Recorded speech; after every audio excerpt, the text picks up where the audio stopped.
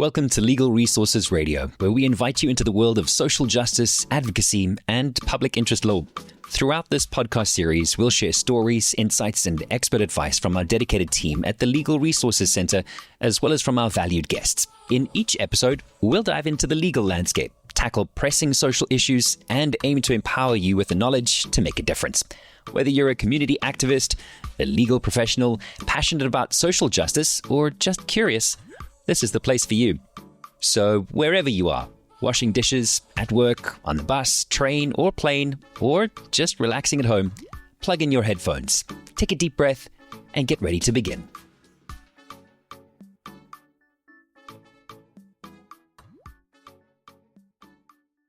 Hi everyone. Today's episode is about online disinformation and misinformation and hate speech.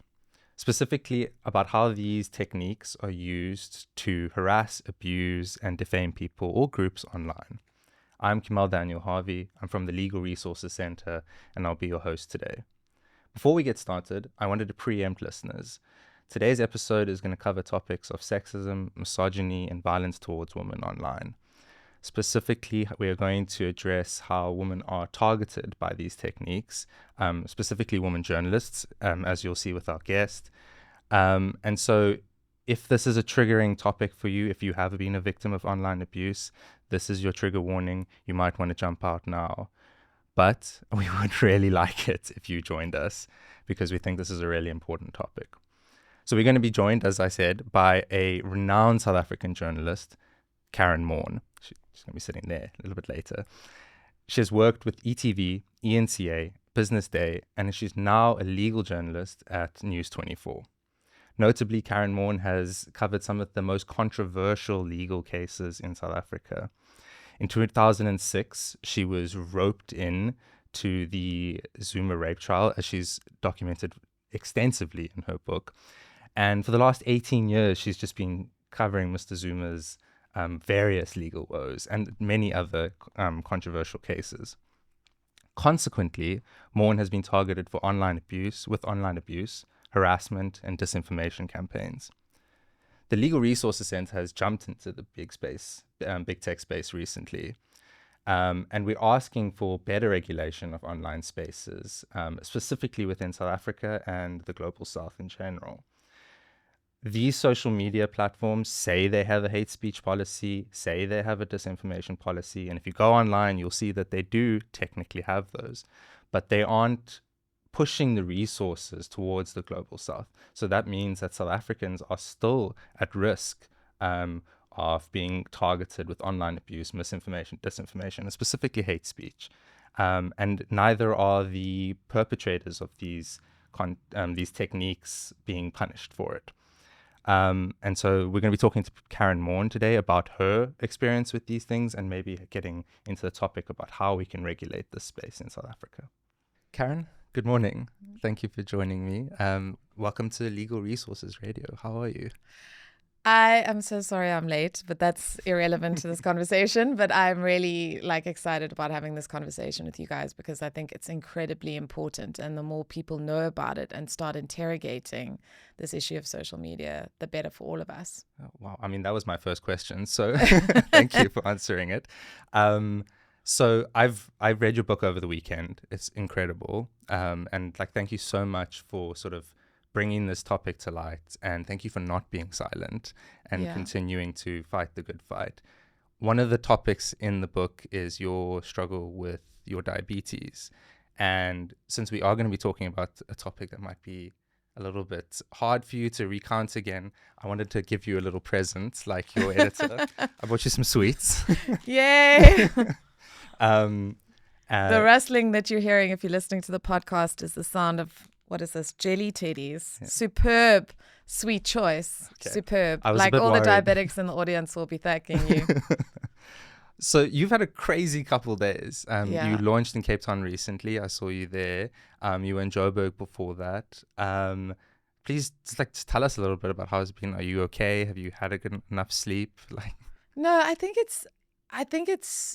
it's such a different experience because you're a journalist, so you're obviously reporting on other people. and then you become the story, and your natural instinct is to like want to report on yourself. And what was so fascinating with what happened to me was that, you know, Adrian and Peter made the decision initially that, you know, I couldn't write anything about it. But then up until a point, I was literally reporting on my own story. And that gave me a weird kind of emotional distance from it, because I was kind of watching myself and looking very clinically at our arguments that this was an abusive process. It was pursued for an ulterior purpose. And I think that was like very helpful emotionally, because I think that the kind of madness of my experience, the fact that that could even happen, that a prosecutor who's literally given his life to the state and a journalist who has, you know, reported completely ethically, hasn't made up stories about 10 babies, etc., to be on the other side and sitting in the dock and called an accused criminal and then subjected to what we were both subjected to, because he also faced a lot that he shouldn't have experienced. I think that that was helpful to me. But then when I wrote the book, I had to go back, and it was so strange because I would watch video of what had happened, the court hearings, and suddenly I was like feeling it like it was me. And yeah, I think it's very emotional. I've like been close to tears a few times, but not in a bad way. I think that I'm just very grateful that it's over now, and I'm grateful that it will hopefully inspire other people to not give in to bullying, to not be silenced, and to keep fighting for this democracy, because it literally is born out of the blood of so many activists who died for it. And we can't just hand it over to despotic psychopaths. So you spoke about like how you want to encourage young journalists, or just in general just activists, to, you know, keep up the good fight and not give in, especially in the wake of sort of campaigns of disinformation against them or hate speech, and or just that the power dynamic between those that we're trying to hold accountable. In terms of, you know, writing this book and what you've been through, can you talk me through a little bit about what you see in the legal landscape, and the changing of narratives towards the court, and what does it mean for the rights of journalists, or the freedom of speech, or, you know, freedom of journalism, really? Well, what we've seen is the rise of kind of concerted attacks on the integrity and legitimacy of key democratic institutions. And those were the institutions that during the Zuma administration were most powerful and most pivotal in ensuring that we didn't lose all semblance of democracy in its entirety. So it was the courts that stopped things like the Russian nuclear deal. You know, in the era of the Mbeki administration, ensured that, you know, women with HIV could get ARVs, were overriding completely irrational, unlawful government decisions. Those are under attack, and it's always blunt force trauma stuff. So it's they're corrupt, they're captured, they're controlled by Stellenbosch. And it is a real, quite interesting sort of concerted narrative of the idea of being controlled by nefarious forces that's been used against the media as well. So you see that narrative against media, and you see it against civil society, who are often the organizations that are challenging these irrational and unlawful government decisions. And what's so interesting is it's kind of out of what the Kremlin describes as color revolutions. So the Kremlin, which was something that Jacob Zuma's administration latched onto, they put out this idea of the color revolution being an illegitimate revolution that was actually fomented by Western forces. So if ordinary people challenged an administration, they weren't doing it legitimately because there were problems with that administration. They were doing it illegitimately because they were controlled by these shadowy Western forces. And that's a sort of post-Cold War dynamic, right? So we come from a Cold War where the Soviet Union and, you know, the Americans, the West, were very much at odds with themselves, with each other. And it's that idea that's kind of permeated itself into modern day democracies, that Western forces in, you know, other countries like Africa, other continents like Africa, like the Asia, etc., that they are going to have definitive agendas. And it's so interesting to me because the FT did a study or did a series of articles about pro-Kremlin influence in Africa, and South Africa and Nigeria were the most controlled. So we definitively have those dynamics within our social media environment.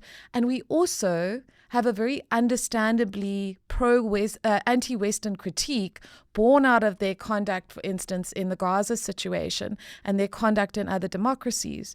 And, now this rise of Donald Trump. So it's become a sort of messy place where if you aren't concerted about what you're consuming and you very easily buy blunt force trauma narratives without interrogating what are the truthful dynamics of them, you can actively start being part of a wave of disinformation that discredits actually credible sources of information because they support your particular, they don't support your particular biases. FT is? The Financial Times. Financial Times, yes. So when I was reading your book, and I assume when it was published, the American election hadn't happened yet. Yeah. And so the Truma Zump. Yeah. I love that, by the way. That was Jan Gehaber. Have to give him credit for it. That obviously ends short of when the election had actually happened, before it had actually happened. So I kind of wanted to just get your 2 cents on what you think about what happened there, specifically in the context of what it means, for women in America, and, this fake news idea that he latches onto so largely. Well, I think when we do an analysis of what happened there, the role of social media will have played a very important part. And, there was, when I was in Berlin and this happened, some of my colleagues were showing me social media that they'd been exposed to where, many of the members of the Latino community, a lot of Latino men, for example, voted for Trump, were exposed to false social media claims that Kamala Harris was a communist. Again, Cold War dynamics. Mm-hmm.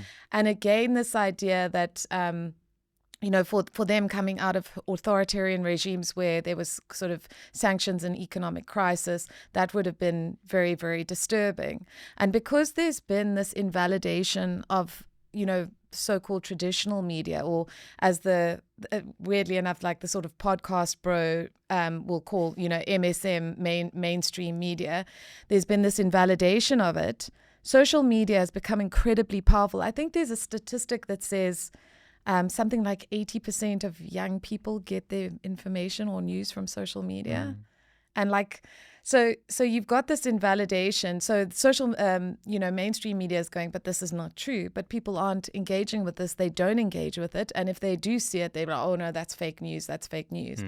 Donald Trump will do something at his rallies where he will get the crowd to turn towards the journalists that are there filming him and say, oh, that's fake news, that's the fake media, that they're attacking me, and then they all get booed. So it's literally about preemptively silencing people, because even when they call you out, they're not going to believe them. Yeah. And it's been incredibly successful. There was a video of an alleged Haitian immigrant who said, I was there in 6 months and I've just voted for Kamala Harris and now I'm going to go and vote somewhere else. And this, is incendiary. That trended in America. And, it's terrifying to me, because I think that there has been a very dishonest manipulation of people's very legitimate fears to get, what appears to be someone who has autocratic tendencies into office. And the implications for women are very dire. Simultaneous to this election, and I think one thing that gives me hope is they did introduce votes on, basically ensuring abortion rights within particular states, within those states' constitutions, and those were successful. But, there is this kind of rising, almost anti-female rhetoric that's going on, where Trump, an African-American woman journalist asked him questions about, I write about that in the book, and about his sort of clearly, seemingly racist statements, and he attacks her for asking nasty questions. It's just crazy. And and that's one of the things that I think is so scary, is that his autocratic tendencies mean that he doesn't seem to believe that he can be questioned, and he's very alike to Jacob Zuma in that regard. And if we don't accept that, power means that you must be questioned. Otherwise, let's go and live in an autocratic state, because that's the implication of that. And I mean, a lot of people, and including myself, are big defenders of our Constitution, and obviously, so the Legal Resources Center, we do our best, hold power to account using what we have in law. But when phenomenons like fake news, disinformation campaigns, and the lack of regulation online comes about, it is a bit scary to wonder, like, do we actually have the ability to make an impact? I think we still do. I know you still do. So I really want to get into what you've been through on social media. But before we do that, I want to kind of get your opinion on the work that we've done at the Legal Resources Center so far, and kind of see if you're surprised or not about the results of one of our three of our investigations that we've run so far. So what we did is with Global Witness, which is Global Witness is a NGO in the UK. They had this methodology of how to test hate speech disinformation online, specifically like the social media platforms. So they came to us, and we worked collaboratively to go across X, TikTok, Facebook, or Meta, YouTube, Google, and see how their hate speech policies and the disinformation policies held up in the South African context. So the first test that we did was on xenophobic topics. So we went online and we found the most heinous examples of, hate towards migrants in South Africa. We then turned them into 10 adverts, right? So we were very specific. We wanted them to be adverts, not just everyday, individual posts. We wanted them to be these things that you went onto their platforms and say, we're going to give you money. Please post these to everyone so that they can't avoid these posts, right? We then converted those 10 posts into English, Afrikaans, isiXhosa, and isiZulu. And then we said, hey, Facebook, TikTok, YouTube, will you accept these as paid adverts? Now, for the xenophobic test, on TikTok, all 40 of them were approved for publishing. On Facebook, 38 were approved, except 2, which were disapproved in English and Afrikaans, but the isiXhosa and isiZulu versions were accepted. Sure. On YouTube, all 40 were approved. We did one where we went and we found content that was hate speech towards female journalists, right? On X, this time we did it on X as well. I think the results of X are not surprising that all 40 were approved. Yeah. TikTok, 40 were approved. Facebook, all 40 were approved this time. And YouTube, all 40 were approved, except 21 of them had like a limited audience kind of flag on it. What we then did is we had posted the publishing time like 3-4 weeks in advance to make sure that we got the results of the investigation, and then we deleted them. So no one's ever seen these posts. Yeah. But I wanted to kind of get your idea of like, does this surprise you that this is what social media is allowing in the global south? Well, I mean, I think one of the most interesting things for me is that Elon Musk, who unfortunately, we all know where he comes from, but he has falsely and very damagingly conflated freedom of expression with freedom to perpetuate very damaging and dishonest rhetoric against often disempowered groups. So, and it's you often see that from people who are very right-leaning and coming from positions of power, spaces of whiteness and privilege, where they don't know what it's like to be a member of the LGBTQ community. Mm-hmm. They don't know what it's like to be a migrant in another country where you are, not in your own environment, and you having to, navigate the dynamics of increasingly xenophobic world environments. One of my classics was the, Haitian migrants eating cats and dogs. Oh, no, and I mean, I've had conversations with people where I've said, well, where's the evidence? Oh no, on Facebook, on whatever. And, I've sort of made the example of, for instance, a news post. I said, well, if someone was posting about the IDF shooting children and men in their heads and putting them in ditches, which was a social media post that I saw and then, trekked into the veracity of, would you be happy with me just simply accepting that because it goes with my biases in viewpoint with that particular situation? No. Yeah, it's very serious. You would have to. Well, why would I not do the same with the Haitian immigrants? Why would you not do the same? Exactly. Because it's all about benefit of the doubt, right? Mm-hmm. And benefit of the doubt is ideological. So if a white man says it, then it must be true and we must believe it.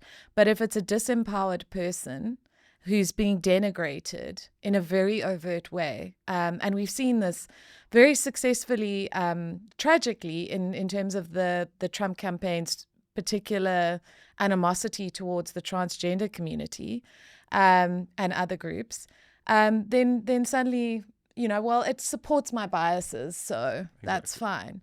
And that's what I'm saying to people. Like, I have a particular ideological stance. I'm very aware of it. So I'll go and I'll listen to, God help me, Joe Rogan, or I'll go listen to things that I know are not ideologically aligned because I want to understand what people are saying.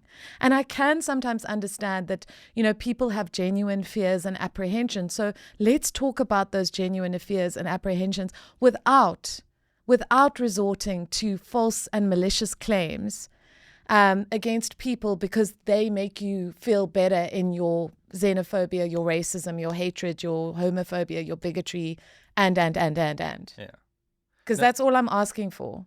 Exactly. And I think this is interesting what you say about, like, broadening your horizons a little bit. Every morning, like, I don't want to wake my partner up. So I go onto the most quiet social media that I can find, which is generally Twitter. Yes. I refuse to call it X. No, we all do. And I find myself like getting very upset like first thing in the morning because I cannot avoid these kinds of topics on Twitter, because effectively what Elon Musk has done is he said no regulation, except what he calls community notes, which I'm not really sure even work anymore, because I effectively think that these community notes are just his buddies or his pals or something that are like saying, no, this is wrong and this is right. And often they target it against journalists. I've had like people try and put community notes on my stuff and it's literally from court papers. And I'm like, whatever.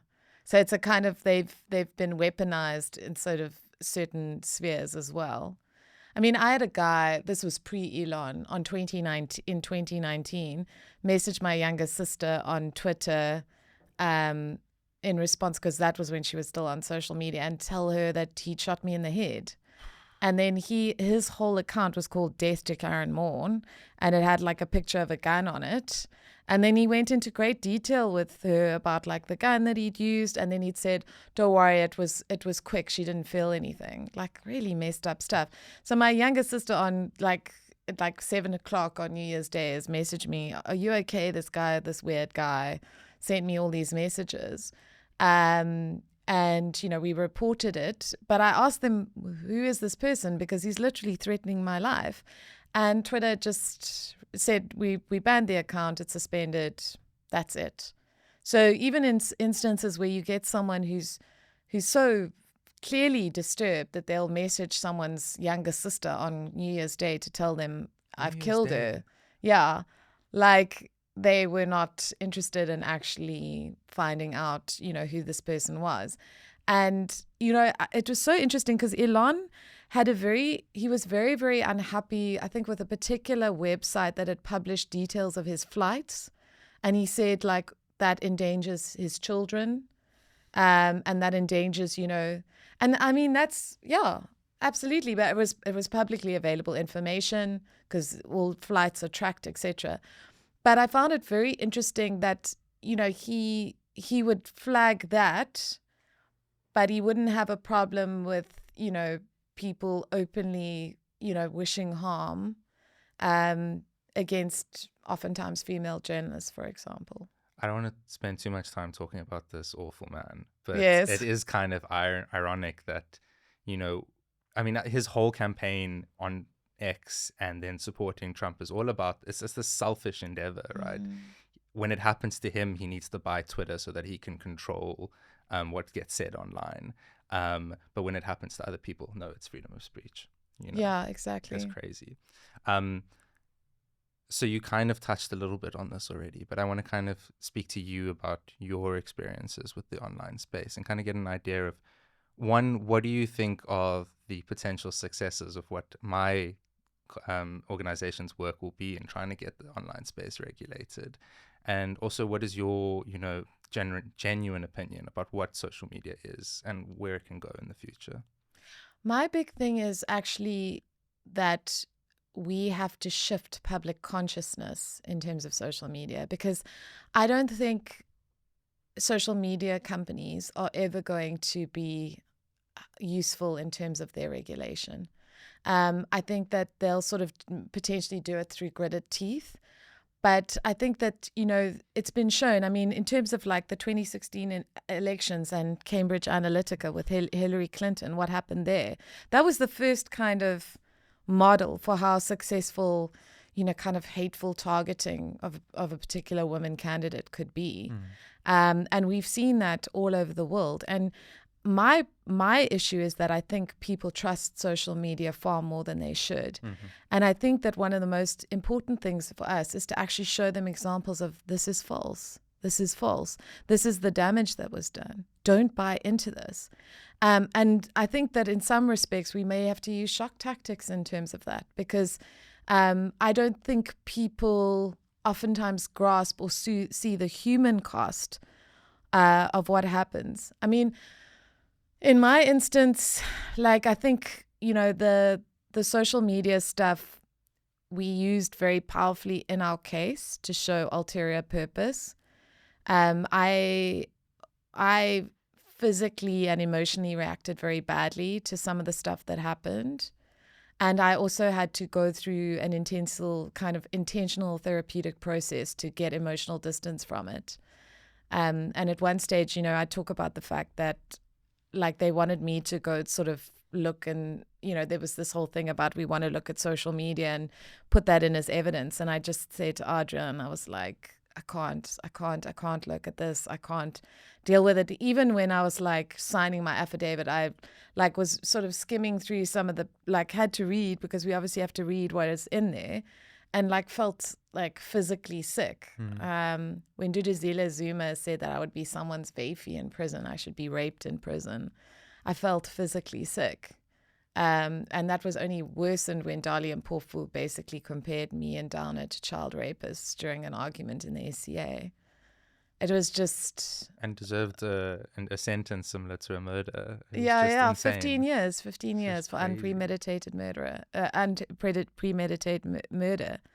I mean, it's almost like Alice in Wonderland stuff, because there's a kind of very dark humor to these people calling you an alcoholic and you don't drink, saying you have a 3 million rand car and you Uber everywhere. You live in a mansion in your little flat in Ilovo, and.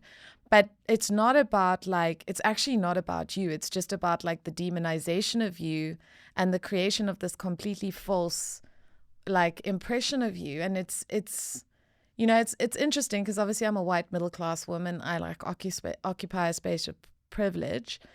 But in this circumstance, I, in some small way, I think, experienced what it is like to be demonized and made to be inhuman. And Poli talks about this. We get called Satan. We get called a thing. You're a thing. It's very difficult. It had massive implications for my health. I talk about that in the book. I went into a lot of comas. It broke my heart. It was very hard. I don't want to cry. No, I'm not going to cry. Anyway, but I think that, I'm very glad in a way that I survived it, because I think the degree of empathy that I have for people on the other side of it means I'm like very, very, even though I've always been, but like expressly careful about how I respond to social media attacks on people. And like I said in the book, the people who stood up for me the most were the ones that were also victimized the most. All the women journalists, like Poli van Wyk, like Ferial Haffajee, like Reedy Tlabi, like Juanita Hunter. Those were the women that fought for me, and I'm very grateful for that.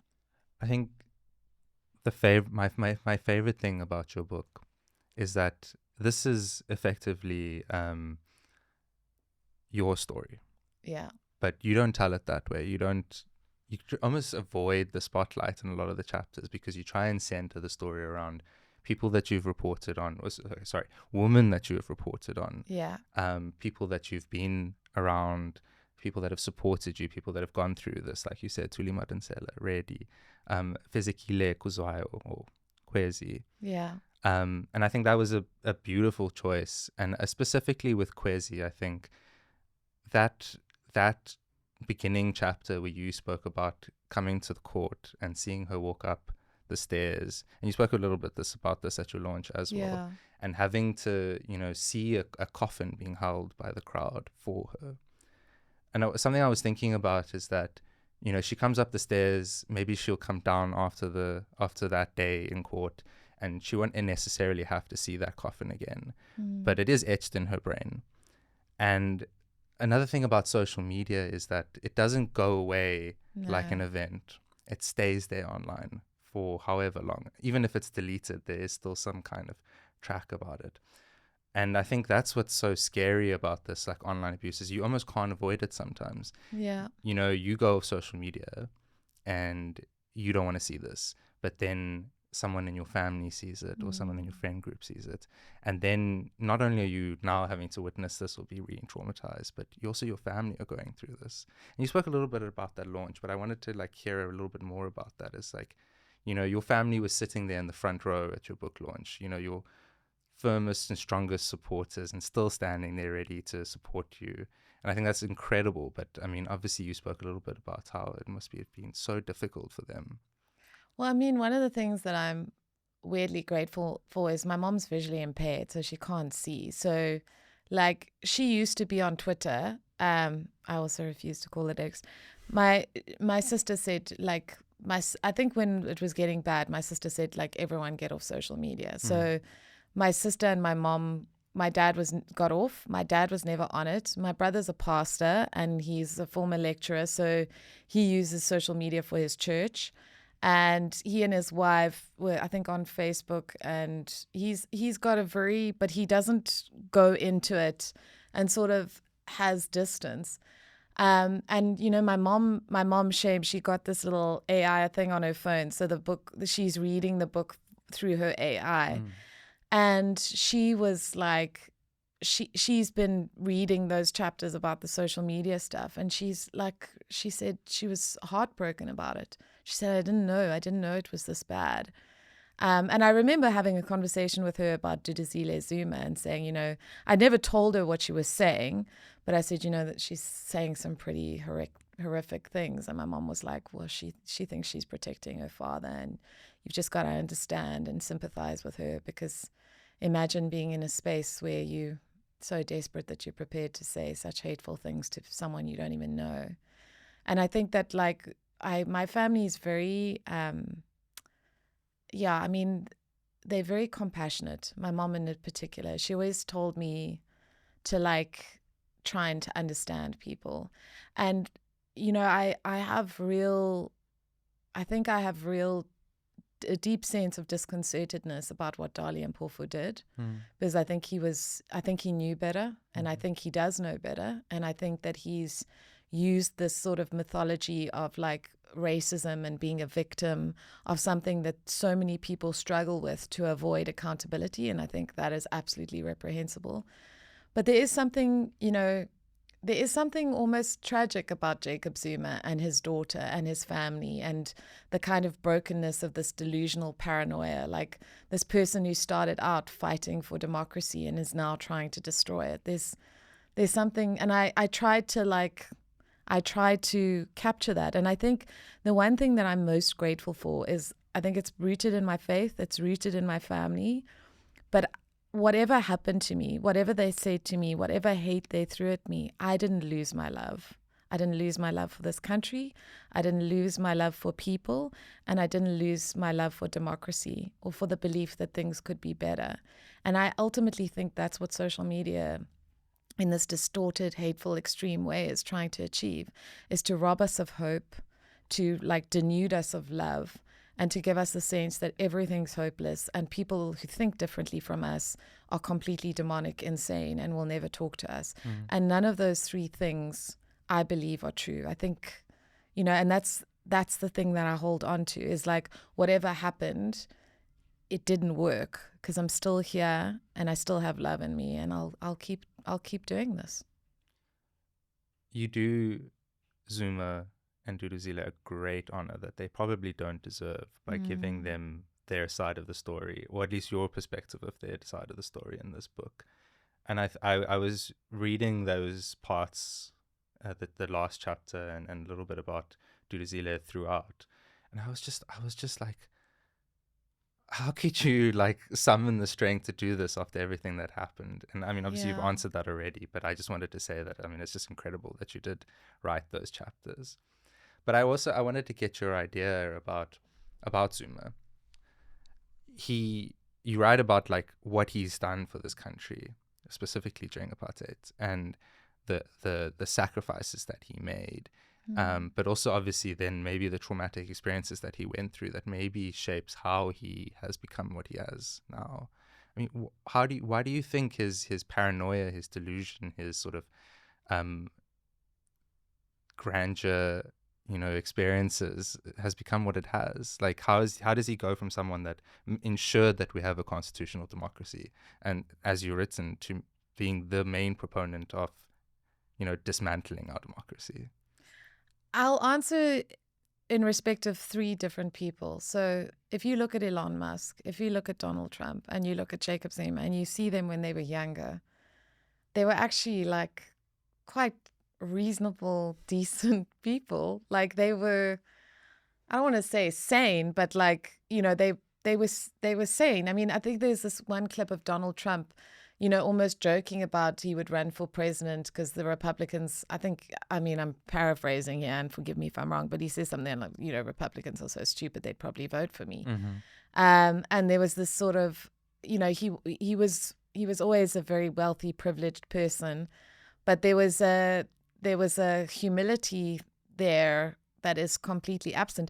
Elon Musk, remember watching this video of him where he was sort of first exploring into the kind of tech-based spaceships, etc. And I think one of the former astronauts had responded quite critically of what he wanted to do. And he was so like, this guy's my hero, and, I'm not trying to undermine what people have already done, but I just want to be better. And there was a humility there. And it's the same with Jacob Zuma. Like, he was the one who talked, the ANC out of contesting the IFP's winning the, Natal in the first democratic elections. Just said, no, we need to accept this. So what happened? Like, what happened? Maybe it's power. Maybe it's the idea that, this kind of pull of like needing to become a more extreme version of yourself in order to hold on to power. Maybe it's a radicalization.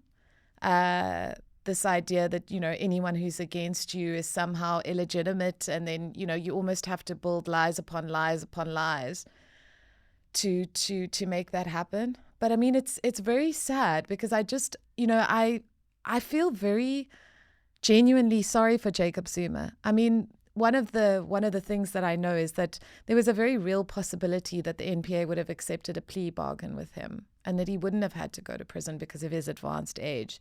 The racketeering would have been taken off the table. I know that was something that was potentially in the offing, but he's not surrounded by people who care enough about him enough to tell him the truth. And I suspect Trump is the same, and Elon is part of that. Mm-hmm. Because ultimately, that's what life is about. You can't always get what you want. It's not possible. You have to have people around you who will say to you, listen, I know this isn't what you want to hear, but X, Y, Z, go to the state capture inquiry, testify, tell them what happened. But you end up going to prison, making a point, and then 350 people die. And you still believe that is, justifiable. Or you try and have an insurrection and 5 people die and all these cops kill themselves because of the trauma they went through. And you call that a day of love because you have no capacity beyond your own ego to understand that your words and your actions have consequences. And I hope that this, turns back and people maybe have a different perspective and change their minds about it. But, it's a very, very unhappy life. And unfortunately, it has implications for the lives of so many other people, because all three of those men have incredible power. And thus far, they appear to be only using that power to spread hate, division, and fear. Yeah. And then, of course, Elon Musk is the owner of one of the platforms that we're talking about here. Completely. And I mean, he has a control over one of the platforms that we want to ask for regulation. I mean, obviously, I think what we're going to end up having to do is say to our government, you need to set regulations of how the online space is regulated. And these... Yeah, like in Brazil. Yeah. Yeah. And then they need to follow suit or leave, which I can imagine a lot of people won't be happy with. But I don't really see how you can get someone like Elon Musk to do something like that. Because apart from anything else, like one of the most disturbing aspects, I think, is this sort of, this space that X has become a space where, for instance, pedophiles can thrive. Because that's the other thing, is that you actually open the door on criminality as well. And yeah, I find that incredibly disturbing, because it means that there's targeting going on all spheres of society. I mean, I've seen videos on X that I thought I would only ever see if I was on the dark web. Yeah. And I'm just, that's why I try to avoid it as much as possible. No, I think that's for your own mental well-being. Yeah. I would urge you to do that. So I wanted to ask you about, so this is a memoir of, let's say, the last 18 years of your life, specifically around, your reporting on Zuma. A question that I was thinking about was, generally, memoirs come at the end of a chapter, maybe in someone's life. Do you feel like this is an end of a chapter, or it was just, your attempt to say, like, this is my story of what everyone has been saying about me online or in the public? What is this book for you? I think it's very much the second of wanting to say this is what happened according to my version of my perspective, my reality. And it was obviously grounded in, the court rulings, the court papers, what happened. I think, I felt very much, the kind of violence of being lied about. And I think that a lot of the women pretty much all of the women that I write about, and most, like tragically Mantuli Zuma and Fezekile, I think that those two women suffered vilification that was just so toxic and so undeserved. But I also think that part of, I went through a period of severe anxiety. I literally didn't leave the house. Like, I was very scared. And I came out the other end, and now I really I don't care. And I think that it's the end of the chapter of like fear and apprehension. Wow. And I think that is for me is like, I've kept myself sort of psychologically centered, and I've done what I need to do to look after myself. And now I'm going to be like the people who fought for me, and I will fight for others. And I'll also fight for this fundamental notion that I believe in, and that's the truth. One part of the book that really struck me was you described this ache, this bittersweet feeling. You'd won the private prosecution against you and Billy Dana. You'd won the press council challenge against independent newspapers. And so if you got what you wanted, you won, in the court and in the press council, you were cleared of all of these, attempts to, defame you. But you had to go through it anyway. You received the online abuse. You had to sit in the dock. Independent newspaper refused to say sorry. I mean, I was reading all of those letters online that were written against you. Just explain a little bit about like how do you keep doing what you're doing in the face of that, or knowing that Zuma won't give up. I mean, he's still trying to appeal. He's trying to appeal in the Constitutional Court, and that appeal is kind of a weird legal technical thing about wanting the SCA to reconsider its non-reconsider anyway. And then when that gets chucked out, he'll appeal on a main, appeal to the Constitutional Court. And I think that Iqbal Survey is so obsessed with me. It's like that ex-boyfriend who can't leave you alone at the club, that it's very likely he's just going to keep going. Shame. It's like that Mariah Carey, why are you so obsessed with me? I always hear that song and I'm like, I should send this to Iqbal. But I think that, the vast majority of people in this country, and that's what we've always got to remember that the vast majority of people on social media, particularly Twitter, are silent. Mm-hmm. They're just watching these like extreme polarities scream at each other and thinking, my God, I'm never going to open my mouth because, I don't want this stuff. But those silent people will be the people that like, they came like, supported me. I had journalists outside the court holding banners, getting screamed at by Carl Niehaus, who also said I was a dog that needed to be kicked, a la Iqbal. Iqbal said the exact same thing. Seems to be a slogan they like to use. But try to be original, right? Yeah, I know, absolutely. Because I work for the CIA. Remember that, apparently, according to them. Which I don't, guys. You just don't get excited. I do not work for the CIA. Thank you. And NGOs like the Regal Resources Center are not funded by the CIA. Yeah, we just either. like to point that out. We know that you won't necessarily believe us, but facts are facts. But in the middle of it, like people would recognize me, like in everything from like a baggage shop to like, even at the waterfront, like, the day I was charged, this guy just gave me a hug and said, my sister, the country is with you, I had a Uber driver who, when I was like at my saddest, I wrote about this, and I was so scared of going out. And he was like, I'm Cool Cat on Twitter and I'm your biggest defender.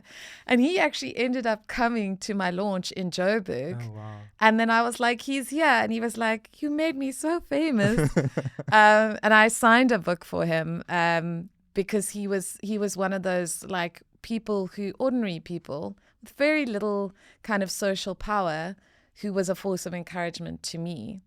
And, the thing is that I did with Sizwe and Pofu Walsh a series of podcasts on unresolved apartheid era disappearances, murders, crimes, which were never solved. And, I've spent hours and hours of time with the family members of Nokuthula Simelane, who disappeared from the Carlton Centre in 1985, never seen again, presumed murdered, but her body not found. Fila Ndwandwe, 23, she was breastfeeding a 2-month-old baby when she was murdered. The Cradock 4, Lucanio Galata, is one of my really good friends, and he lost his father when he was 3, murdered by the apartheid regime in the 1980s, because those teachers gave the impenetrable sin of sort of teaching black children not to hate themselves and teaching them that they could have a future and a hope. Steve Biko, like dying in a police van after being so severely beaten, like dragged all the way to Pretoria from the Eastern Cape. Like, people gave their lives. Like I said to you before, it's not a democracy that was easily won. Yeah. And we know this is 30 years ago. Mm-hmm. There are people still who don't know what happened to their family members. Mm-hmm. Nokuthula Simelane's mother said to me that, she doesn't want to. She said, I'll find her eventually in heaven. Because, the belief is that if you don't bury people's bones with their family members, then their soul is like adrift in the universe. And so oftentimes for those families, it's not necessarily about justice and the police officers facing trial. It's about finding the bones so they can bury the bones with their family members. And that person's soul they aren't just murdered in this life, but they're lost in the other because they're not buried with their people. She said, I don't want to, I want to tell her when I found her, like, I've looked for you. I looked for you. I looked for you. Like, that woman is like, her grief is almost visceral. You walk into that house and it's like, you can't breathe. Mm. Like, that's what this country comes from. These people were heroes. Mm. Now we must sit back and let despotic individuals with their autocratic tendencies and their desire, in the MK's case, to go back to parliamentary sovereignty, which is the exact same system that allowed the apartheid government to just keep detaining Steve Biko. Yeah. We must, not Steve Biko, Robert Sobukwe. Yeah. We must allow that nonsense. Mm-hmm. Nonsense. So for anyone that believes the misinformation or hate speech that's been said about Karyn Maughan, I want you to rewind back about 3 minutes and listen to what she really believes. This is who she really is. This is what this country means to her. And yeah, so delete those tweets that you've thought about that says who she is, that's all this misinformation. This is Karyn Maughan, and it's just incredible. And we're so grateful that we have, investigative journalists such as yourself to keep doing this work. And with that, I actually want to talk a little bit about, you're still on social media, at least from a reporting perspective. Do you think that it's still important for you, at least from a professional perspective, to still be online? My thing is that I don't want anyone to think that they scared me into silence. So a lot of the times I don't read replies. And if I see something vicious, I just block. I'm like, and I know people get super amped and they're like, I got blacked by Karyn Maughan. Well, good for you. But I also have a right to sort of not be exposed to hateful, vitriolic stuff that's untrue. So I just block people.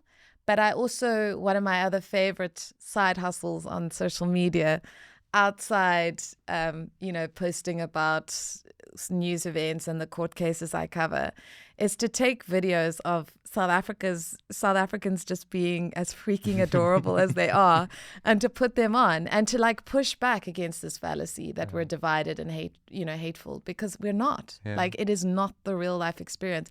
I travel a lot. I've been all over the world, and I can honestly tell you this is the most amazing country in the whole world, with the absolute best people. They I have been. Ironically enough, I've been in Nkandla. I remember shooting a documentary there on the Nkandla development for Jacob Zuma, and we were shooting in a church at 6 o'clock in the morning where people had very severely disabled children that they were trying to get healed, and we're sitting. Me and my colleague Goli were sitting outside. And, these little kids come with camping chairs and put it out for us. And then they bought a tray of cream soda and biscuits, People have put these people have nothing. They literally have nothing. People have pulled us out of ditches, given me Coke when my blood sugar was going low. This granny was pouring Coke down my throat.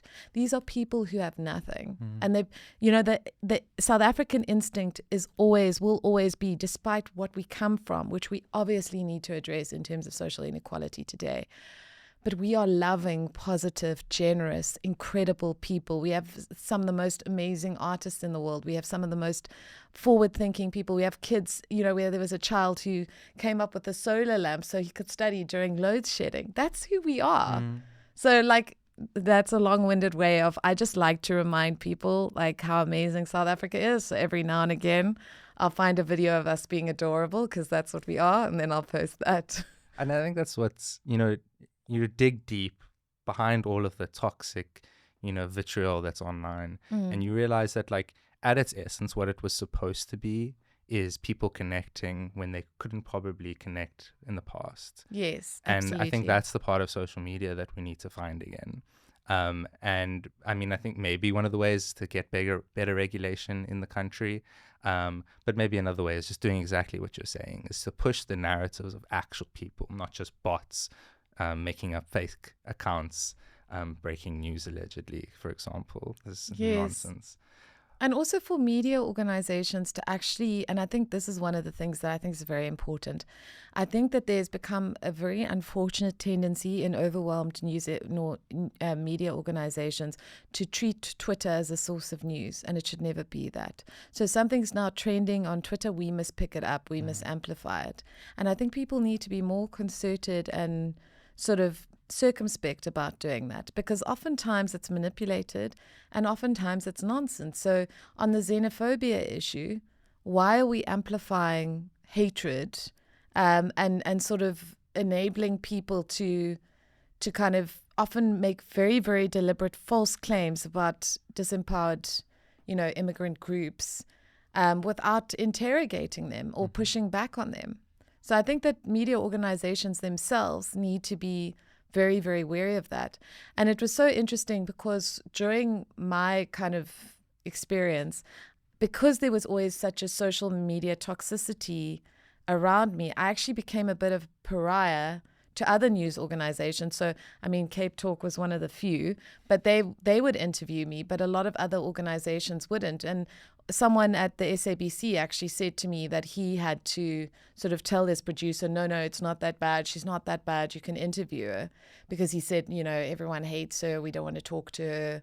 So that distortion and that sort of hounding, was actually quite successful in kind of having a sort of side effect of silencing me, because the kind of media stuff that I was doing stopped because I became a pariah, And without that, I think all you have then online is the disinformation. Correct. Why do you think people are so ready to believe disinformation? I think that there's a number of factors here. I think that oftentimes the bots make things look like a far more prevalent viewpoint than what they are.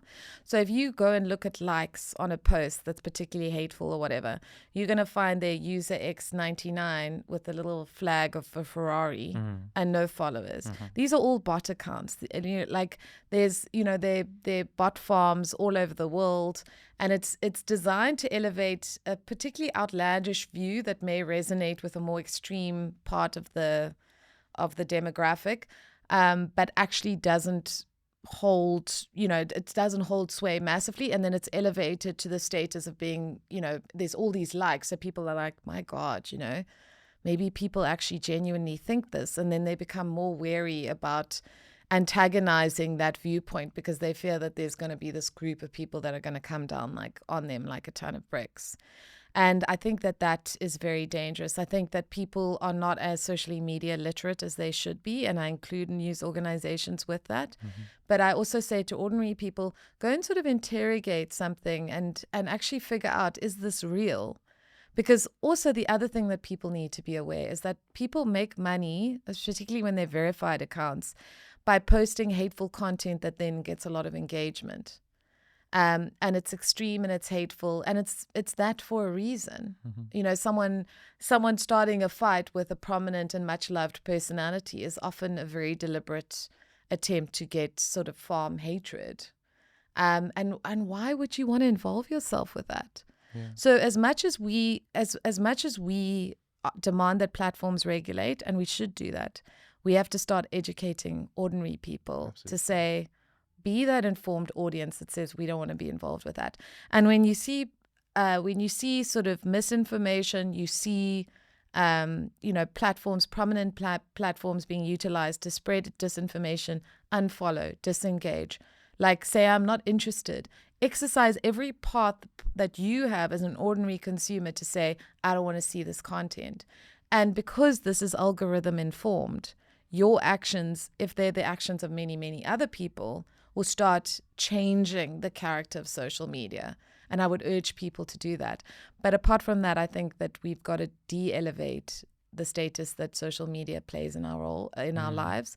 And we need to start centering real human connection, real human conversation, and real desire to understand different people's perspectives, rather than screaming into a void thinking that it makes a difference, because it doesn't. Yeah. Karyn, it's been an absolute pleasure talking to you. Thank you so much. It's been super fun. And I didn't even have to have my jelly teddies. But so for now, it's goodbye. But I wanted to give you a chance to sort of, tell everyone that's listening or watching where you're going to be over the next couple of weeks, specifically around the launch of your book. And, the proverbial red carpet is now being laid out for you. Well, I'm not going to be anyway because I've done all my launches. But one thing I will definitely be is in trouble. And it's good trouble. And you should make good trouble. Don't be afraid to make good trouble. That's all I'll say. Thank you, Karyn. Thank you for tuning in to Legal Resources Radio. We hope you enjoyed today's episode and gained some valuable insights. If you did, or even if you didn't, please remember to subscribe, rate, and leave a review.